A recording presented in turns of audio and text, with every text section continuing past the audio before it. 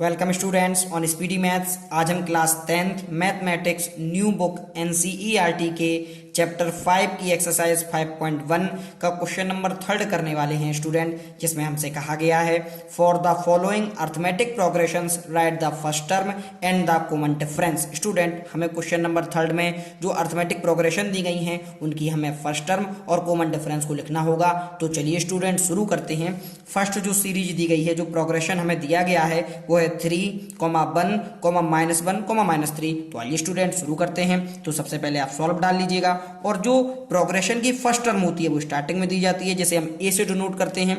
तो आप देखिएगा, लिखिए first term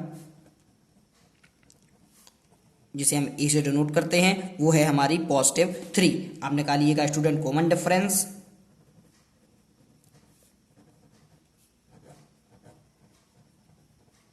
common difference student जिसे हम स्मॉल टी से डिनोट करते हैं, फॉर्मूला होता है T2 माइनस T1।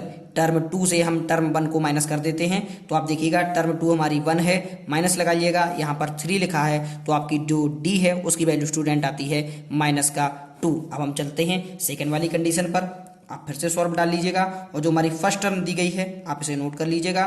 तो फर्स्ट टर्म जो स्टूडेंट है उसे आप स्मॉल ए से डिनोट कीजिएगा और वो है हमारी -5। आप देख सकते हैं। अब हम यहाँ पर कॉमन डिफरेंस को निकालेंगे जो कि हमारा डी से डिनोट होता है। तो D is equal to formula होता है T2 माइनस T1।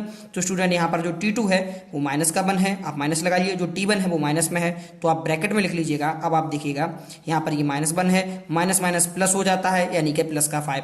प्लस के 5 में से जब आप -1 को सब्ट्रैक्ट करते हैं तो स्टूडेंट आपका आता है 4।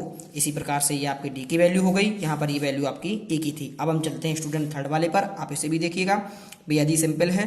तो आपकी जो फर्स्ट टर्म है वो तो ए है, तो आप ए की वैल्यू आपकी होती है स्टूडेंट 1/3। डी की वैल्यू को आप देखिएगा जो कि T2 माइनस T1 होता है। टर्म 2 जो स्टूडेंट है हमारी 5/3। टर्म 1 जो है वो 1/3। तो स्टूडेंट जब आप सब्ट्रैक्ट करते हैं तो आपका आता है 4/3। इस हिसाब से ये डी की वैल्यू स्टूडेंट हमें फाइंड होती है और ये वैल्यू ए की थी। अब हम चलते हैं लास्ट वाले पर।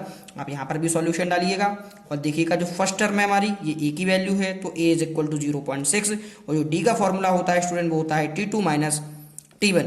तो जो T2 टर्म है वो 1.7 है। माइनस कीजिएगा T1 टर्म को 0.6 को, जब आप माइनस करते हैं तो आपका 1.1 आता है। ये आपकी कॉमन डिफरेंस डी की वैल्यू है। स्टूडेंट आई होप बेहद ही आसान क्वेश्चन था, आपको समझने में कोई भी प्रॉब्लम नहीं होगी। तो चलिए स्टूडेंट चलते हैं इसके क्वेश्चन नंबर 4 पर। आपने ये पूरा वीडियो देखा, इसके लिए बहुत बहुत धन्यवाद। Thank you.